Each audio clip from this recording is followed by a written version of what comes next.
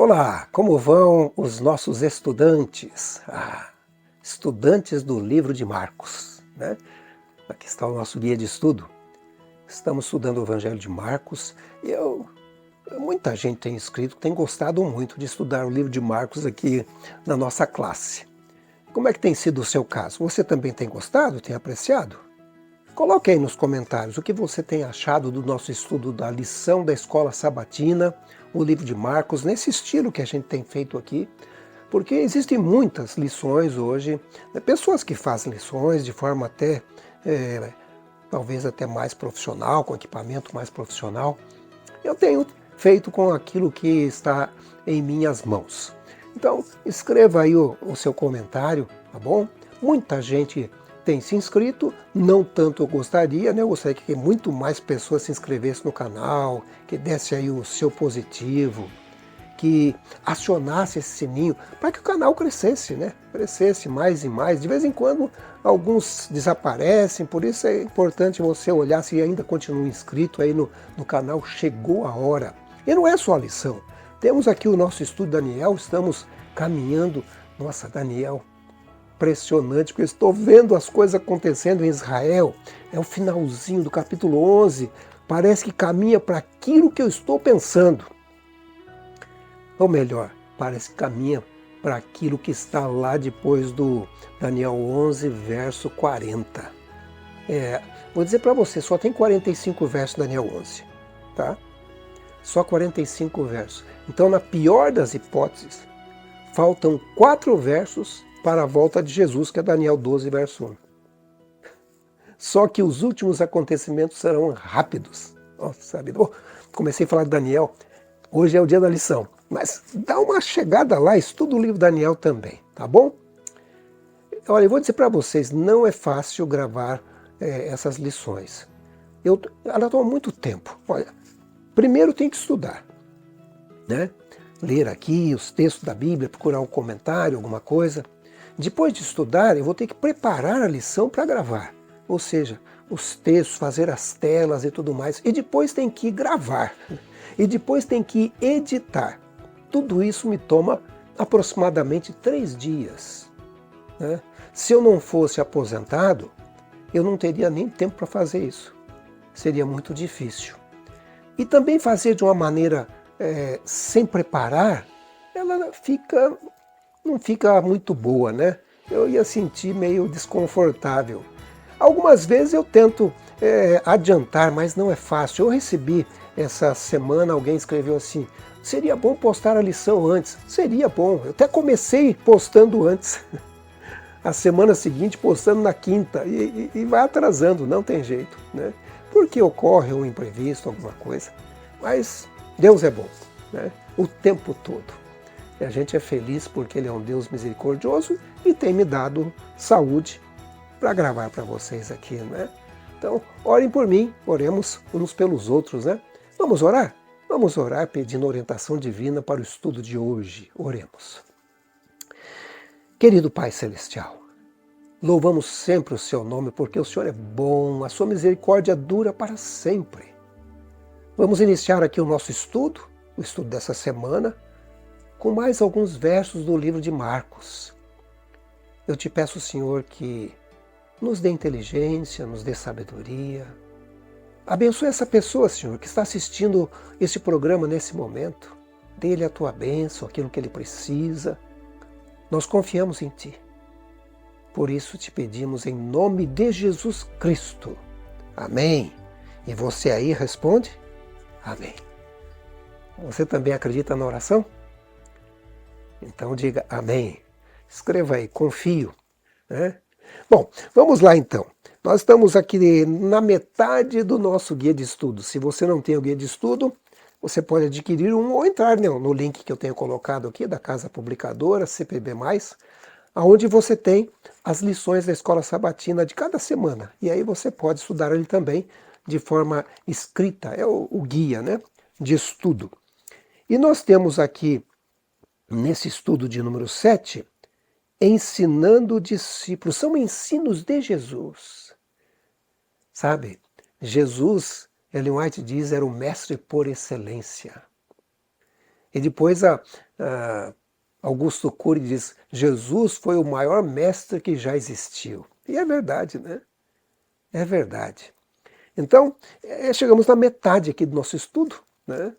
Eu recomendo também ler o livro Desejado de Todas as Nações, porque nesse livro, Desejado, trata da vida de Jesus, ele vai seguindo também a história de Jesus de uma forma cronológica e fica mais fácil da gente entender o livro de Marcos. Na lição dessa semana, ela começa com um milagre. Mais um milagre de Jesus. Veja quantos milagres aparecem no livro de Marcos. E o título é Vendo Claramente. Vendo claramente, enxergando, né? Vamos então tomar a nossa Bíblia e vamos ler o que está em Marcos capítulo 8, nos versos 22 a 26. Diz assim: Então chegaram a Betsaida e lhe trouxeram um cego, rogando-lhe que o tocasse. Jesus, tomando o cego pela mão, levou-o para fora da aldeia e, aplicando-lhe saliva aos olhos e impondo-lhe as mãos, perguntou-lhe: Vês alguma coisa? Que coisa interessante! Jesus agora não apenas toca, mas ele aplica saliva, né? Sei lá, passou o dedo na língua e passou na pessoa, ou cuspiu mesmo na mão e passou. Eu não sei o que ele fez, mas aplicou saliva. O que mais? Esse é um milagre diferente, viu? Eu listei algumas coisas que ele fez neste milagre. Primeira coisa é que alguém traz esse cego e pede a Jesus que o toque, que o cure. Talvez o cego nem soubesse de Jesus, talvez não tivesse ouvido, mas essa pessoa que o trouxe conhecia Jesus, já tinha ouvido falar de outras curas de cego e falou assim: meu amigo, agora é a sua oportunidade, vamos lá, vou levar você. E alguém traz esse cego. A pessoa que trouxe esse cego, ele tinha fé. Mas eu não sei se o cego tinha. A lição não menciona, né? Talvez não tivesse, né? Já pensou? Tem um ditado que é ver para crer. Se o cego não enxergava, como é que ia crer, né? Mas aquele que enxergava, cria, né? E aí Jesus toma o cego pela mão, como um pai pega o filho, né? E leva para fora da cidade. Falou, nós vamos aqui em particular. Vamos aqui em privado. Nós vamos conversar só nós dois. Já pensou você ter um problema e poder conversar só você e Jesus? Foi isso que aconteceu com aquele cego. E agora ele aplica saliva nos olhos daquele cego, impõe as mãos sobre o cego, e aí ele pergunta: está vendo algo? Queria ver o resultado da cura, né? Ele via, mas não estava muito claro, sabe? As coisas estavam confusas. Vejam, vamos seguir lendo aí. Marcos 8, 22 a 26. Então novamente lhe pôs as mãos nos olhos, e ele, passando a ver claramente, ficou restabelecido e tudo distinguia de modo perfeito. E mandou Jesus embora para casa, recomendando-lhe: não entres na aldeia. Então Jesus coloca as mãos de novo ali, a mão sobre os olhos daquele cego, e aí vem um milagre completo, um milagre total. Ele distinguia tudo perfeitamente, visão 100%.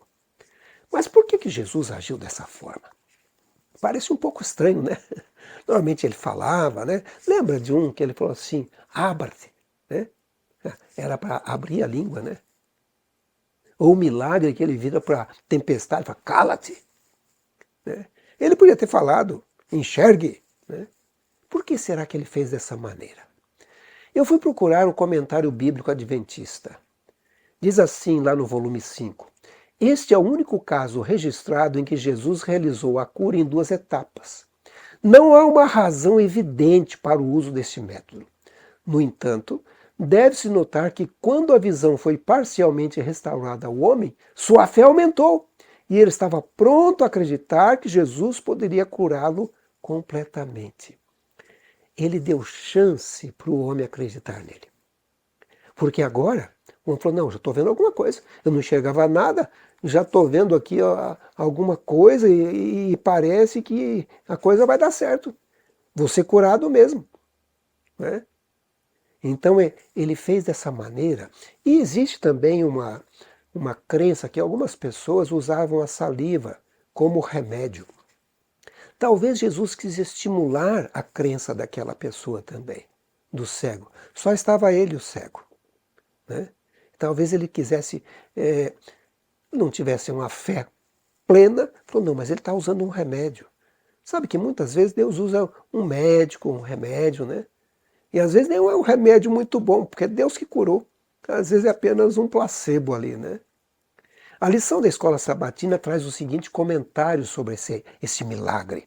Ela diz assim: esse foi o único milagre que envolveu duas ações. Mas isso não aconteceu por falta de poder de Jesus. É mais provável que ele tenha contado uma parábola em forma de ações, ilustrando que às vezes leva tempo para desenvolver a percepção espiritual. Isso estava acontecendo com os discípulos. Jesus estava ensinando aos discípulos, especialmente sobre a sua morte, que ocorreria em breve. A restauração da visão é uma metáfora do crescimento do discipulado.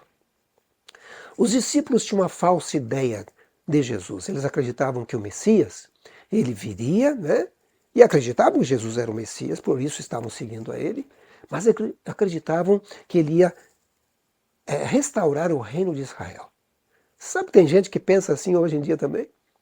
Que o Messias vai vir, alguns acreditam pela primeira vez, é o caso dos judeus, alguns acreditam pela segunda vez, mas vai haver uma restauração aqui na Terra. E teremos aqui 1000 anos de reinado de Cristo na Terra. Olha que coisa. Mas a Bíblia não apoia essa ideia. Me desculpe, essa ideia é equivocada. Né? Cristo já veio e na segunda vinda ele já vem com grande poder e grande glória e vai ser o reino eterno de Cristo no universo, não aqui na Terra. Né? Bom, a lição continua explicando aqui o seguinte.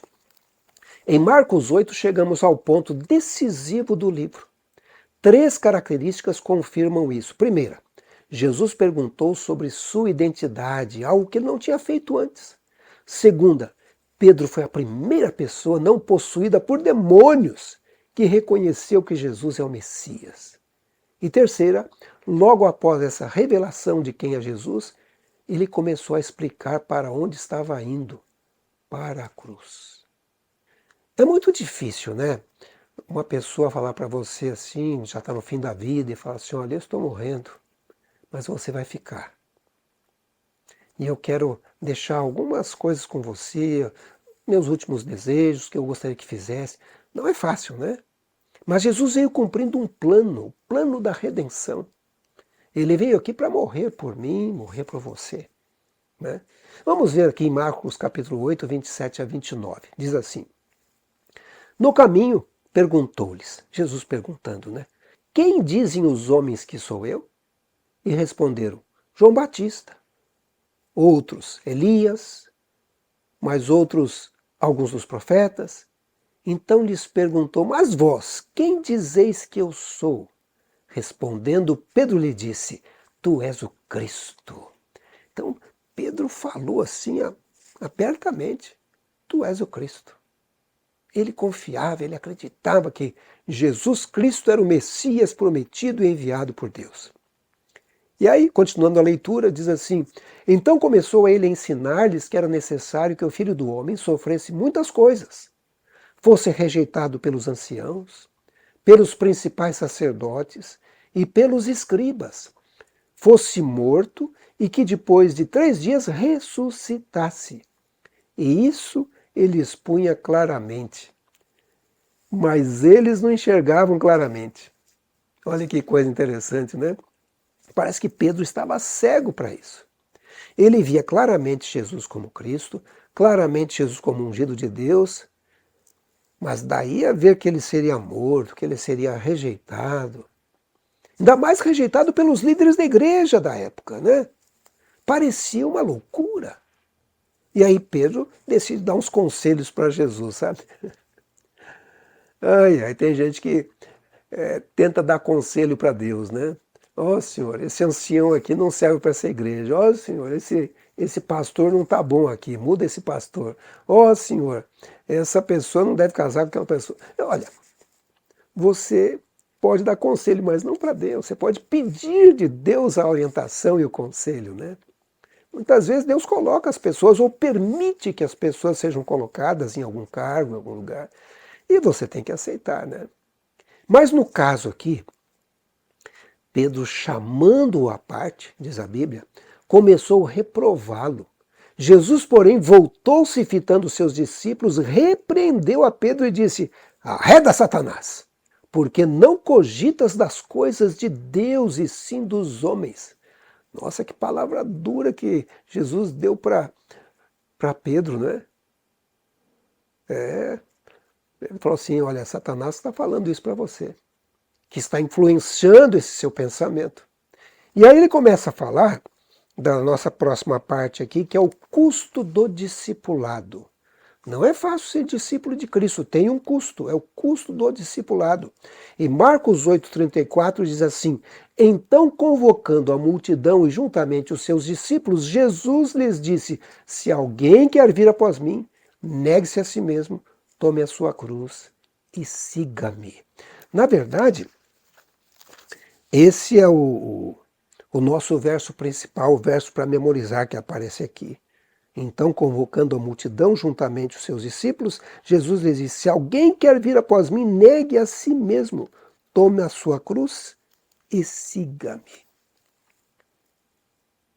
Deixa eu falar primeiro sobre as profecias de Jesus. Aparece no Grande Conflito, na página 494, 495, o seguinte: Antes de sua crucifixão, o Salvador explicou a seus discípulos que ele deveria ser morto e do túmulo ressuscitar.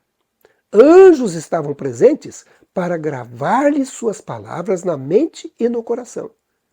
Mas os discípulos aguardavam o livramento temporal do jugo romano e não podiam tolerar a ideia de que aquele em quem se centralizavam todas as suas esperanças devesse sofrer uma morte humilhante.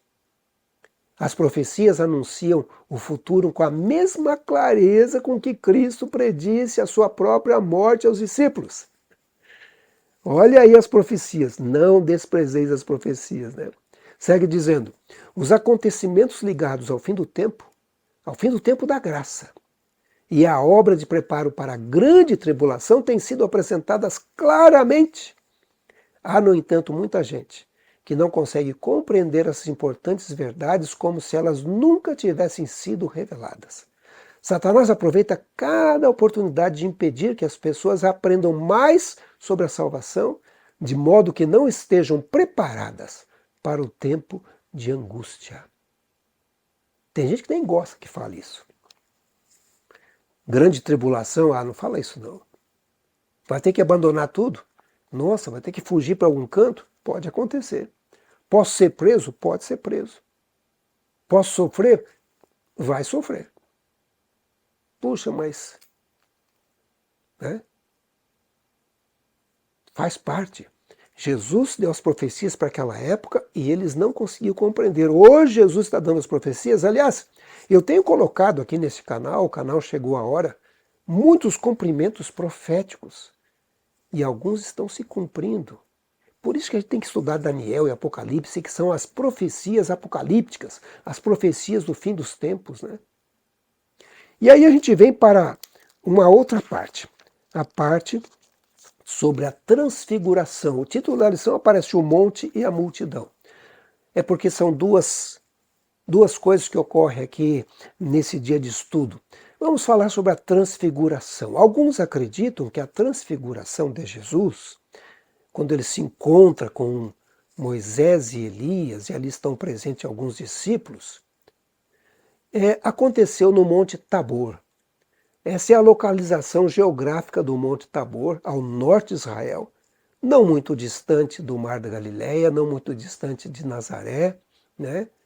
Uma região próxima ao Vale de Jezreel, ou o Vale do Armagedon, né? É muito famoso também, dentro das profecias apocalípticas, né? Eu tive a oportunidade de visitar algumas vezes esse local. E é um uma montanha bonita, e como em todo lugar em Israel, existe uma igreja, normalmente no local onde eles consideram sagrado, que aconteceu algum episódio na vida de Jesus. Em alguns lugares é considerado até parque nacional, né? Onde as pessoas visitam e tudo mais. É um lugar bonito. E Marcos 9, 1 a 13 conta essa história, a história da transfiguração. Primeiro Jesus diz o seguinte: dizia-lhes ainda, em verdade vos afirmo, que dos que aqui se encontram, alguns há que de maneira nenhuma passarão pela morte, até que vejam ter chegado com poder o reino de Deus. Se você ouvisse isso, você ia pensar que você estaria vivo por ocasião da vinda de Jesus, não é? Mas Jesus não estava dizendo isso, ele estava falando que veria o quê? Veriam chegado com poder o reino de Deus. E realmente, praticamente todos os discípulos, com exceção de Judas, né, que se enforcou, eles viram. Mas teve uma visão em miniatura aqui, que é descrito justamente em Marcos capítulo 9. Diz assim: 6 dias depois tomou Jesus consigo a Pedro, Tiago e João, e levou-os sós à parte, a um alto monte. Não fala o monte. Esse monte Tabor é a tradição que diz que é ali. Talvez porque seja o monte mais alto daquela região. Foi transfigurado diante deles, ou seja, brilhou, né? As suas vestes tornaram-se resplandecentes e sobremodo brancas, como nenhum lavandeiro na terra as poderia alvejar. Apareceu-lhes Elias com Moisés, estavam falando com Jesus. Então Pedro, tomando a palavra, disse: Mestre, bom é estarmos aqui e que façamos 3 tendas, uma será tua, outra para Moisés e outra para Elias. Pois não sabiam o que dizer por estarem eles aterrados, né? E a seguir veio uma nuvem que os envolveu. A coisa ficou mais gloriosa ainda, né? E dela uma voz dizia, a voz de Deus: Este é o meu filho amado, a ele ouvi. E de relance, olhando ao redor, a ninguém mais viram com eles, senão Jesus. E ao descerem do monte, ordenou-lhes Jesus que não divulgassem as coisas que tinham visto até o dia em que o Filho do Homem ressuscitasse dentre os mortos. Eles guardaram a recomendação, perguntando uns aos outros: que seria ressuscitar dentre os mortos? Vejam que Jesus vem dizendo a eles, predizendo a sua morte, né? Agora, o que será que Moisés, o que será que Elias conversou ali com Jesus?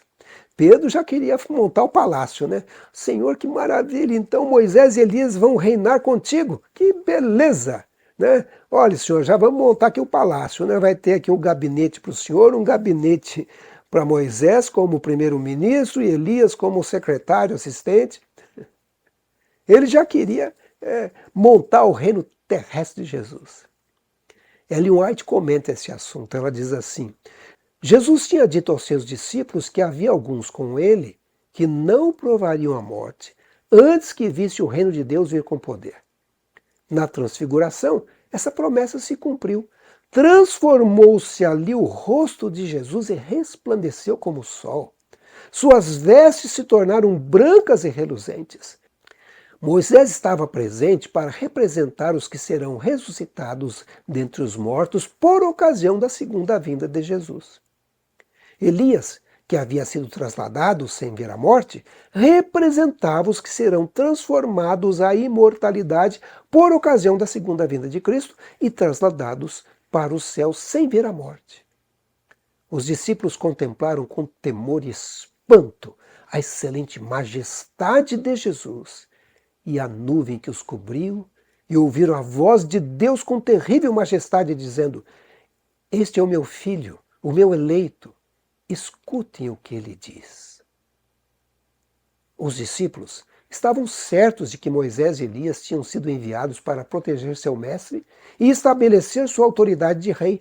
No entanto, antes da coroa, era preciso que viesse a cruz.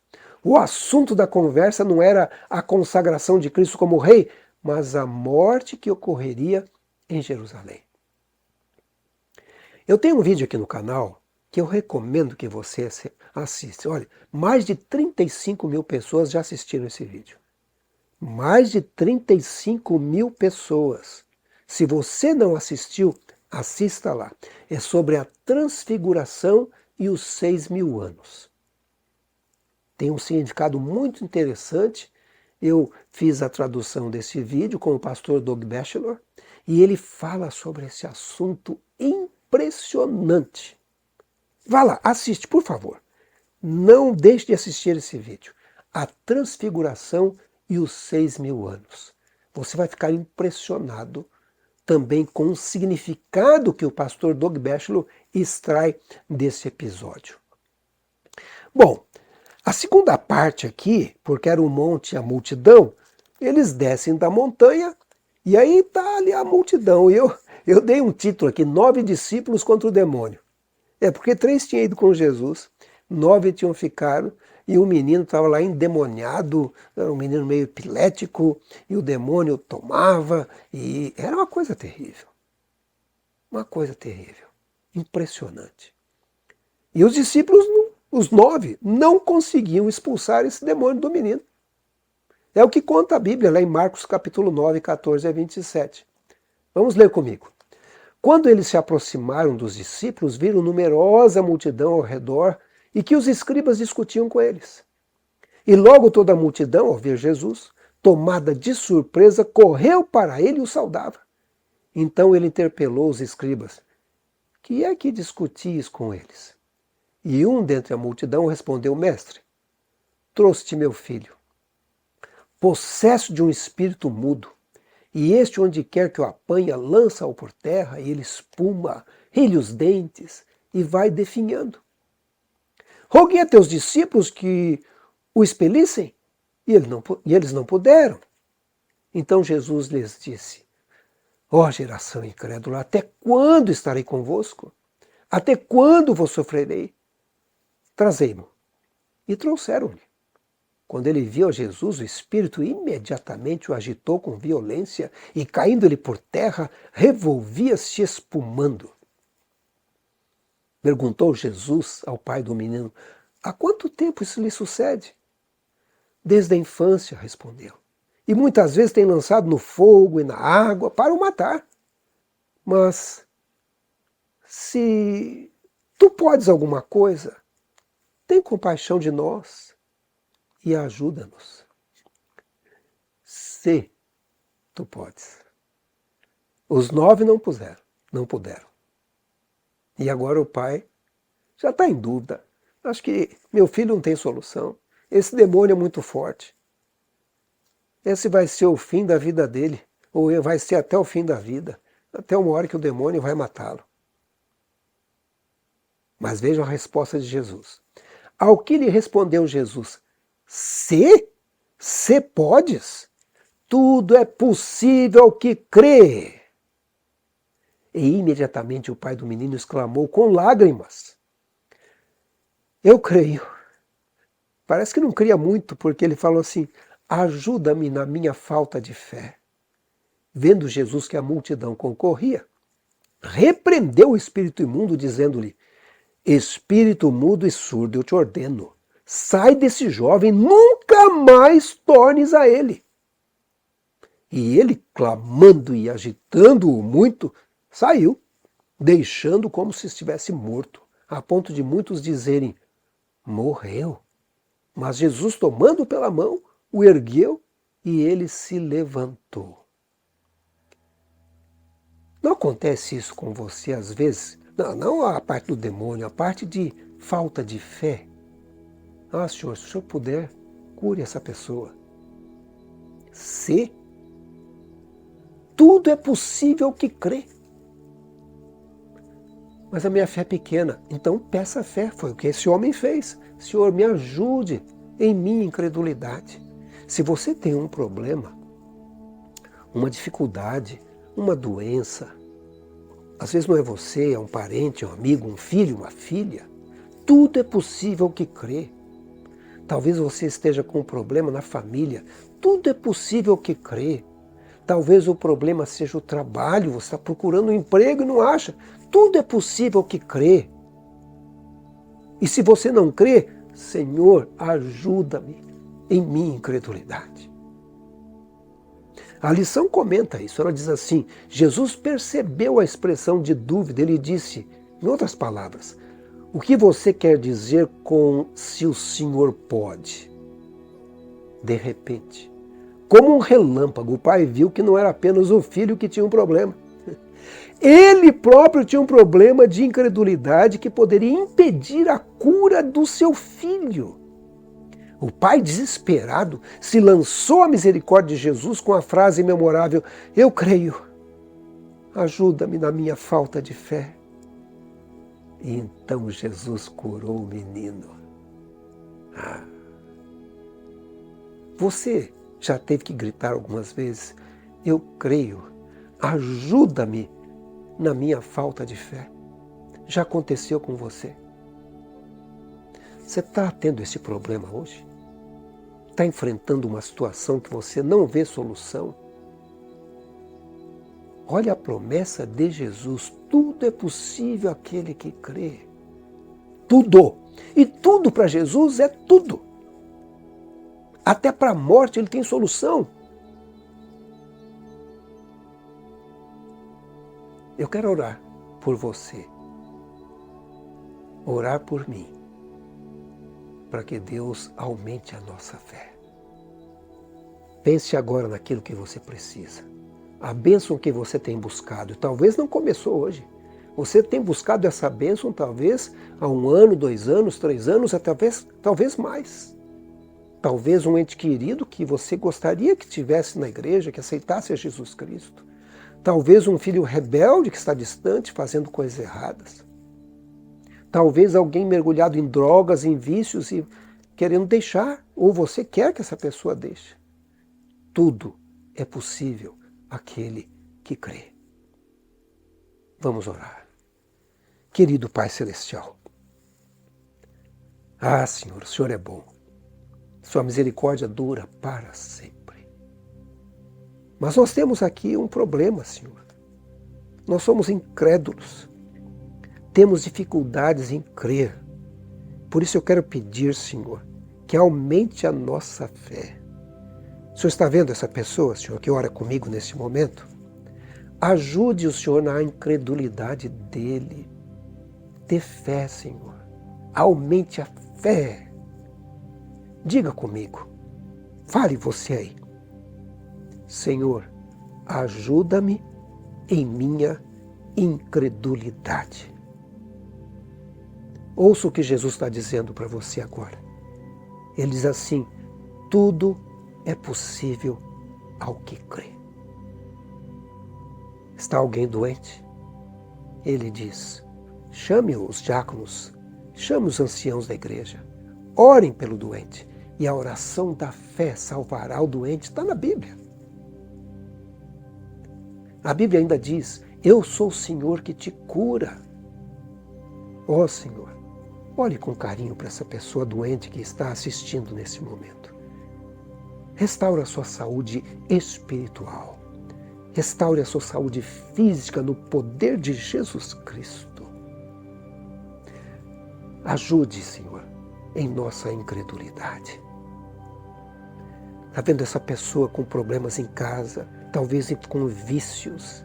Parece impossível, Senhor. Opera um milagre, meu Pai. Senhor, está vendo esse filho rebelde e o pai tem orado por ele. O inimigo está ali atrapalhando aquele lar. Ó Senhor, expulsa o demônio desse lar e diga para o demônio, nunca mais volte aqui. Esse é o poder de Jesus. Porque o Senhor é bom. Sua misericórdia dura para sempre, eternamente. Aumente a fé, Senhor. Promova a cura, a restauração. Tira o pecado. Aumente a fé. Eu te peço em nome de Jesus, o Todo-Poderoso. Amém. E você diga aí, amém. Diga, eu creio. Ajuda-me, Senhor, na minha incredulidade. Amém? Amém. Vamos para a próxima parte, né? A próxima parte eu dei o título Jesus avisou. Sabe, na minha Bíblia, eu vejo que Jesus avisa algumas coisas. Deus avisa. Na verdade, Deus sempre avisa, né? Eu tenho dito aqui, quando eu trato de assuntos de profecias, eu cito Amós 3, verso 7, onde diz: certamente o Senhor Deus não fará coisa alguma sem revelar o seu segredo aos seus servos, os profetas. Não fará coisa alguma. Sempre ele avisa antes. Ele avisou: vou voltar, virei outra vez. Estamos aguardando. Ele deu sinais, estamos olhando os sinais, né? Deus sempre avisa. E aí nós lemos em Marcos 8:31. Deus avisando, Jesus avisando aos discípulos. Diz assim: então começou ele a ensinar-lhes que era necessário que o Filho do Homem sofresse muitas coisas, fosse rejeitado pelos anciãos, pelos principais sacerdotes e pelos escribas, fosse morto, que depois de 3 dias ressuscitasse. Ele estava avisando, gente, que ele seria morto. Vocês viram aqui? Ele diz que seria rejeitado pelos líderes da igreja dele, pelos escribas, pelos sacerdotes, pelos principais. Ele ia ser morto. E falou até o tempo, hein? Ele disse: 3 dias depois, ele ressuscitaria. Depois, mais à frente, Marcos 9:9, ele diz assim: ao descerem no monte, ordenou-lhes Jesus que não divulgassem as coisas que tinham visto até o dia em que o Filho do Homem ressuscitasse dentre os mortos.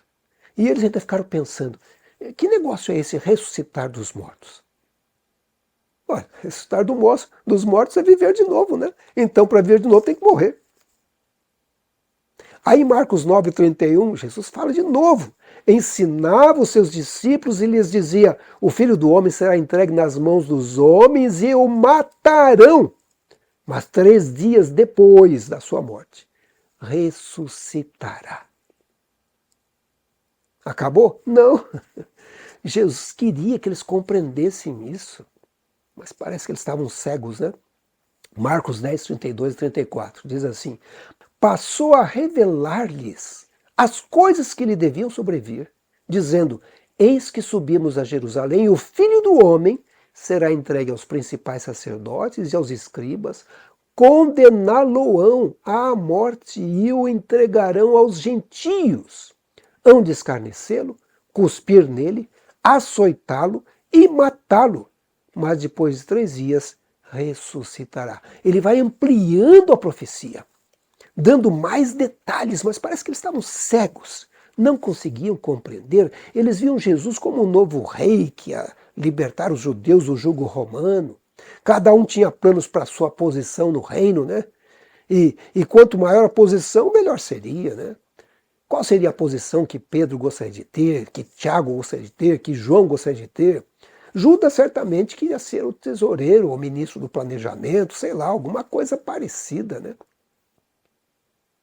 E chega ao ponto, depois de ouvir tudo isso, que 2 deles dão uma separadinha dos outros 12 e fala assim: mestre, vem aqui no canto. A gente tem uma coisinha para pedir para o senhor, tá bom? E Jesus consente. Está lá em Marcos capítulo 9, 35-41, diz assim: então se aproximaram dele Tiago e João, filhos de Zebedeu, dizendo-lhe: mestre, queremos que nos concedas o que vamos te pedir. E ele lhes perguntou: que quereis? Que quereis que vos faça?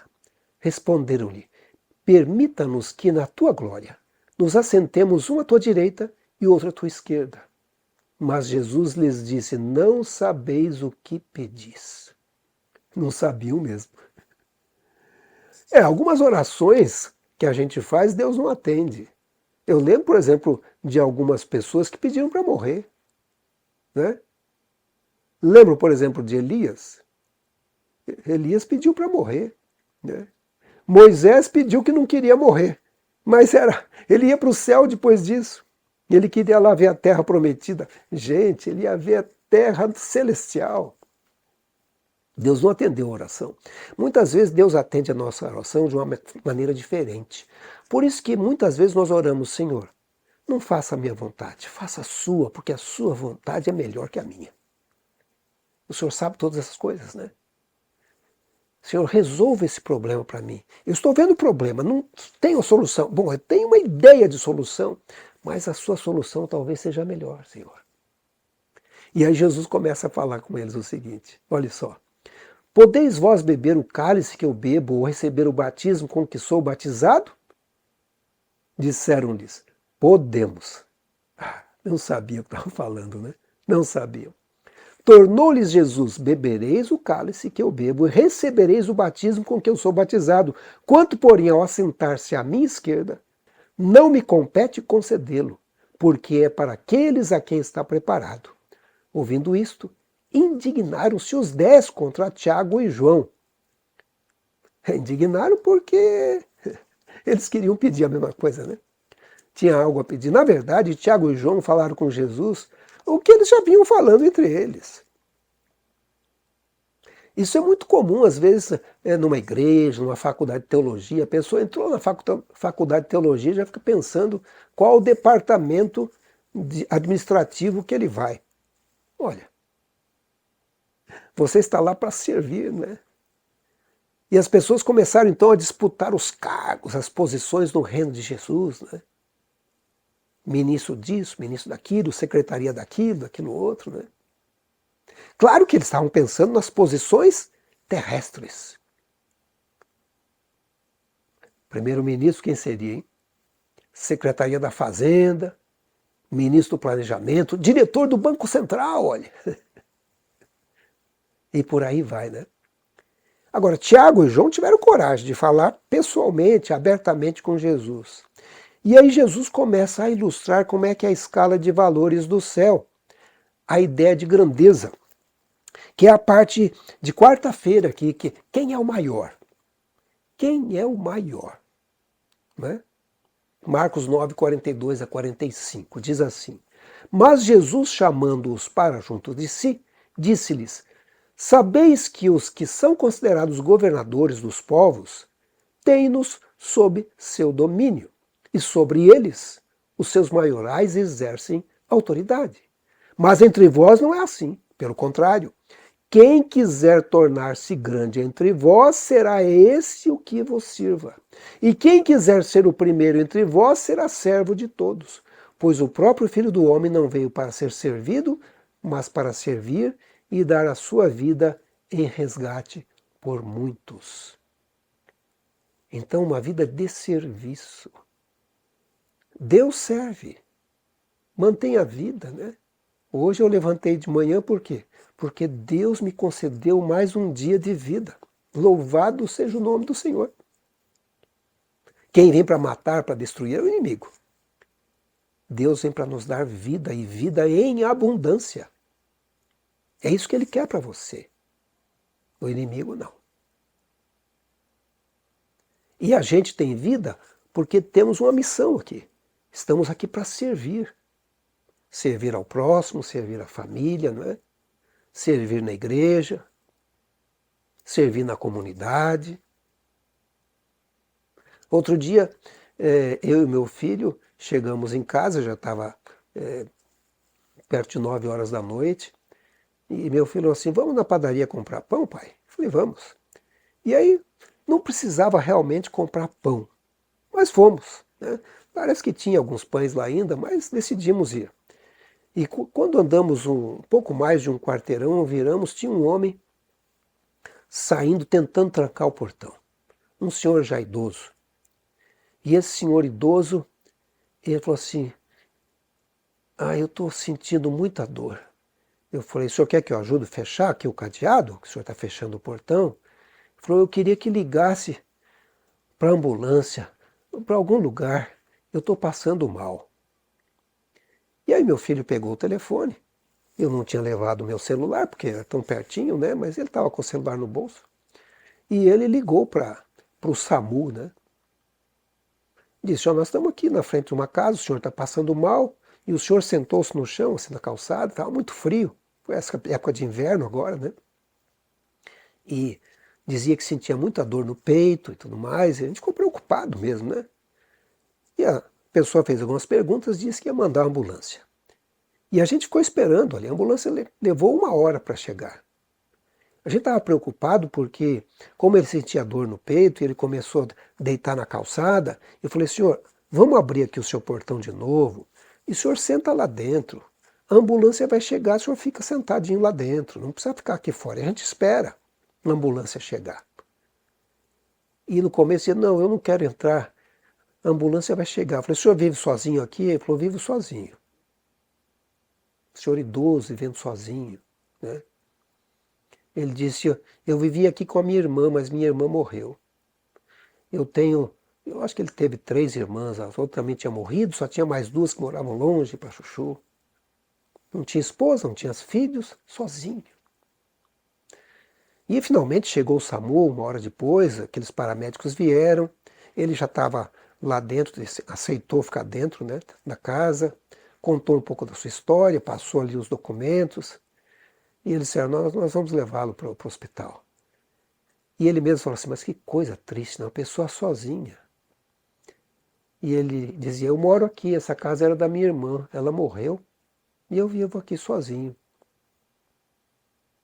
Depois eu disse para o meu filho, provavelmente Deus impeliu a gente a ir na padaria, não porque precisava de pão. A gente precisava ajudar esse homem aqui, cujo nome eu não sei. Mas Deus olhou por ele, né? E usou a gente. A vida de serviço. Às vezes a gente tem que servir e a Deus usa a gente no serviço. E a gente tem que se colocar na mão de Deus para fazer o seu serviço. A lição comenta sobre isso, ela diz assim, Jesus declarou que para alguém ser o primeiro, o maior, precisa se tornar servo. Segundo, ilustrou o que queria dizer por meio de uma ação. Jesus tomou a criança e a colocou no meio do grupo. A criança deve ter se sentido intimidada, mas Jesus a tomou nos braços, deixando-a tranquila. Cristo ensinou que se recebermos a criança, o receberemos. E se o recebermos, receberemos o Pai. Assim a criança está relacionada ao próprio Deus. Ou seja, eu não sei, eu me sentia muito bem quando era menino do lado do Pai. Do meu pai, né? Ele tomava a minha mão, eu dava 2 passos para andar 1 passo dele, né? Eu gostava de ir com meu pai. Às vezes ele ia dar estudo bíblico em algum lugar e eu ia com ele. Às vezes enfrentava gente endemoniada também, coisa terrível que eu vi, né? Pequeno ainda, 5, 6 anos, e vendo a pessoa ali tomada pelo demônio, que coisa terrível. Está na minha cabeça aqui, consigo lembrar claramente dessas pessoas, às vezes o demônio rindo do meu pai. Claro, na pessoa, né? Mas eu confiava no meu pai. Meu pai já dormiu. Dormiu aguardando a segunda vinda de Jesus. E vai acordar, hein? Vai acordar glorioso. Ah, que certeza maravilhosa que o cristão tem, né? Porque Deus é fiel. Talvez você também não tenha o seu pai agora perto de você, mas tem o Pai Celestial. Talvez você não tenha o seu marido perto de você, mas o livro de Isaías diz, o Senhor é o teu marido. Deus é pai, Deus é esposo, Deus é aquele... É mãe também, né? É mãe também. Porque ainda que uma mãe se esqueça do filho, Deus não se esquece. Ellen White fala sobre essa questão da humildade. Ela diz assim, a humildade precede a honra, conforme está em Provérbios 15:33. Para ocupar um elevado cargo diante dos seres humanos, o céu escolhe o obreiro que, como João Batista, assume posição humilde diante de Deus. O discípulo mais semelhante às crianças é o mais eficiente no trabalho para Deus. Os seres celestes podem cooperar com aquele que procura não se exaltar, mas salvar a outros. O que você pensa disso, hein? Porque hoje todo mundo quer ser o primeiro, né? Quer ocupar os primeiros lugares, o melhor emprego, o melhor salário, a melhor posição, ter o melhor carro, a melhor casa, morar no melhor bairro, né? Mas quantos almejam o lugar de servo? Quantos querem ser o auxiliador de todos? Sei que não é fácil pensar assim no mundo egoísta que vivemos. Mas essa é a lição que aparece aqui, aparece na Bíblia, né? A ideia de grandeza da Bíblia é bem diferente daquela que o mundo promove. E sabe, é interessante, uma vez eu estava no centro de São Paulo, ainda os ônibus saíam ali do Vale do Anhangabaú, e eu, quando entrei no ônibus, percebi que estava sem dinheiro. Não tinha o dinheiro para o ônibus. Falei, gente, o que aconteceu? E eu não queria sair dali e procurar um banco para conseguir pegar dinheiro ou coisa parecida, né? E a minha casa era longe, não dava para ir a pé. E eu cheguei para uma pessoa e falei assim, o senhor poderia pagar a minha passagem? E a pessoa disse, eu só tenho o dinheiro para a minha passagem. Aí eu vi um outro e falei assim, o senhor poderia pagar a minha passagem? Eu não sei, estou sem dinheiro, gastei todo o dinheiro que eu tinha, gastei. Ele falou, não posso. Aí um senhor falou assim, deixa que eu pago. Falou pro cobrador, eu vou pagar dele, viu? E ele pagou minha passagem. Eu não sei o que acontece, mas hoje em dia, quantas vezes, às vezes eu estou na rua e alguém chega para mim e fala assim, o senhor poderia me ajudar na passagem de ônibus? E eu lembro lá atrás quando alguém me ajudou. E eu sou obrigado a ajudar, não é? Porque eu lembro que alguém me ajudou um dia, né? Já ajudei várias pessoas por causa dessa ajuda que eu tive no passado, né? Talvez Deus permitiu aquilo para eu ajudar outras pessoas e perceber, né? Agora vem um tema polêmico aqui, viu? É o próximo tema que aparece na nossa lição aqui. Um homem saudável no inferno. Que coisa esquisita, né? Muito polêmico isso aqui, viu? Mas vamos ler. Marcos 9, 42 a 50 diz assim: E quem fizer tropeçar a um desses pequeninos crentes, melhor lhe fora que se lhe pendurasse ao pescoço uma grande pedra de moinho e fosse lançado ao mar. E se a tua mão te faz tropeçar, corta, pois é melhor entrares maneta na vida do que tendo as duas mãos ires para o inferno, para o fogo inextinguível, onde não lhes morre o verme, nem o fogo se apaga. E ele continua. E se o teu pé te faz tropeçar, corta-o. É melhor entrares na vida aleijado do que tendo os dois pés. Seres lançados no inferno, onde não lhes morre o verme, nem o fogo se apaga. E se um dos teus olhos te faz tropeçar, arranca-o. É melhor entrares no reino de Deus com um só dos teus olhos, do que tendo os dois seres lançados no inferno, onde não lhes morre o verme, nem o fogo se apaga.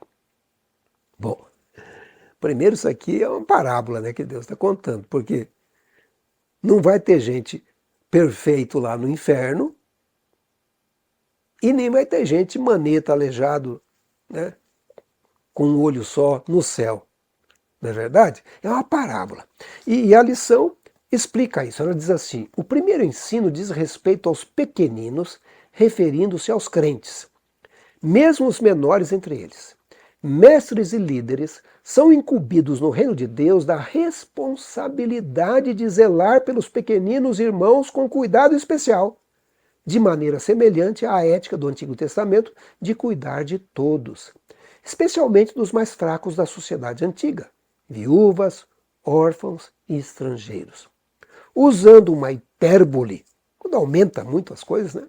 Jesus diz que seria melhor ser jogado ao mar do que fazer pecar um desses pequeninos. A gente entende isso, né? Essa parte eu acho que é fácil de entender. Porque tem alguns pastores aí que ensinam coisa errada para o povo. E vão sofrer no último dia, viu? Eles têm compreensão de que estão ensinando o erro. E vão sofrer no último dia. Mas o que Jesus quis dizer com o inferno? fogo eterno que não se apaga, verme que não morre, entrar no céu maneta, aleijado e cego. Será que veremos alguns aleijados no céu? Certamente que não, né? No céu todos estaremos perfeitos. Será a glorificação. Então, o que será que Jesus queria dizer? A lição tenta explicar. Ela diz assim: primeiro, Jesus estava realmente ensinando que as pessoas deveriam cortar a mão, ou o pé, ou arrancar o olho? Não. Para ilustrar seu ensino, o Senhor usou uma hipérbole, uma figura de linguagem, caracterizada pelo exagero. Se perder a mão, ou o pé, ou o olho é terrível, quanto mais desastroso seria ser, para o cristão, levar alguém a pecar. Mas será que Jesus estava ensinando que haverá um inferno ardendo eternamente? Porque tem gente que acredita assim, né? Que o inferno vai ficar ali, as pessoas queimando, queimando, queimando eternamente. E as pessoas no céu vão poder ver essas pessoas lá no inferno, né? Será que é isso que Jesus ensinou? A lição comenta também. Jesus não ensinou a existência de um inferno que arderá eternamente. A passagem contém um aspecto cômico. Pense em pessoas na cidade celestial com apenas um olho, um pé ou uma mão. E pense em pessoas com o corpo inteiro indo para o inferno. Não deveria ser o contrário? Haverá alguém com o corpo perfeito no inferno? É uma comédia sobre um tema muito sério. Isso mostra que Jesus ilustrou a ideia com uma hipérbole. O pecado deve ser levado tão a sério que seria melhor perder a mão, ou o pé, ou o olho, do que pecar. O inferno, diz a lição, terá consequências eternas, mas não o fogo em si. Os que se perderem não arderão para sempre, mas perecerão para sempre. Tem uma grande diferença, né? E o comentário bíblico adventista, explicando essa questão do verme que não morre, né, diz assim: a ilustração de um verme não morre não é indicação de uma alma que não pode ser aniquilada, mas é símbolo da corrupção que não pode ser removida. Não tem. O Salvador fez de tudo, mas finalmente fechou a porta da graça, não tem como remover e as consequências são eternas. E lendo ainda Marcos capítulo 9, verso 42 a 50, e lendo a parte final de Marcos 9, diz assim: porque cada um será salgado com fogo. Bom é o sal, mas se o sal vier a tornar-se insípido, como lhe restaurar o sabor? Tende sal em vós mesmos e paz um com os outros. O que significa ser salgado com fogo? O comentário bíblico adventista diz assim: ser salgado com fogo provavelmente significa que cada um passará pelo fogo da aflição e da purificação nessa vida ou pelo fogo do último dia. O fogo removerá as impurezas da vida presente ou destruirá a própria vida no último dia. O sal preservará o que é bom. Esse é o momento de nos apegarmos a Jesus, sabe? Ele mesmo disse lá em Mateus 25 que esse fogo foi preparado para o diabo e seus anjos, não é para os filhos de Deus. Mas se você estiver apegado ao diabo ou às coisas que esse mundo oferece, que o diabo oferece, você vai ser destruído com ele no último dia. Mas se você estiver ao lado de Jesus, você vai ser como Ananias, Misael e Azarias, aqueles 3 companheiros de Daniel. Vai estar no fogo da aflição, mas quem está junto? Jesus. E o que o fogo fez com ele? Queimou as cordas.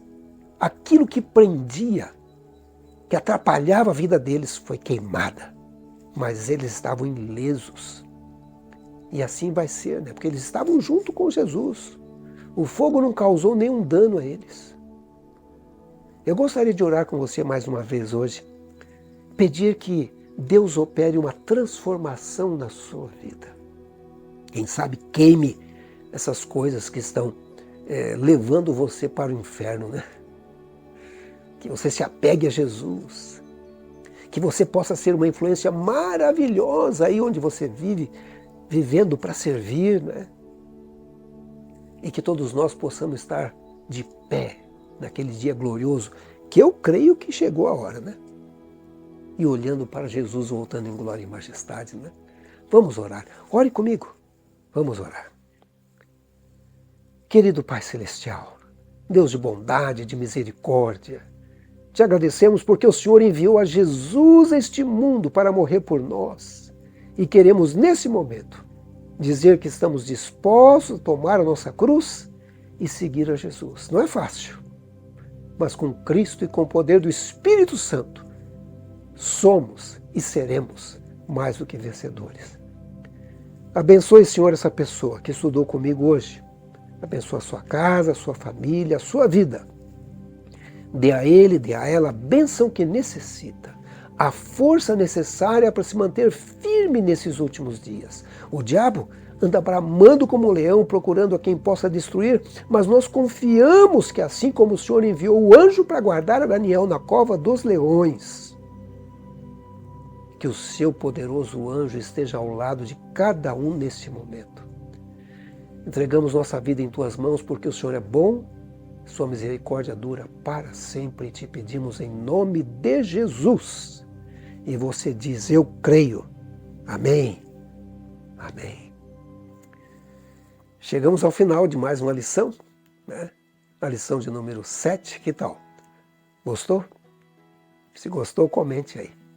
Escreva aí o que você achou da lição dessa semana. E eu gostaria que você deixasse aí o seu like, o seu positivo, para fortalecer o canal, né? Se você apreciou o estudo, diga aí para mim, né? Por que você gostou? E se você gostou, compartilhe com outros, né? Outros precisam ser abençoados.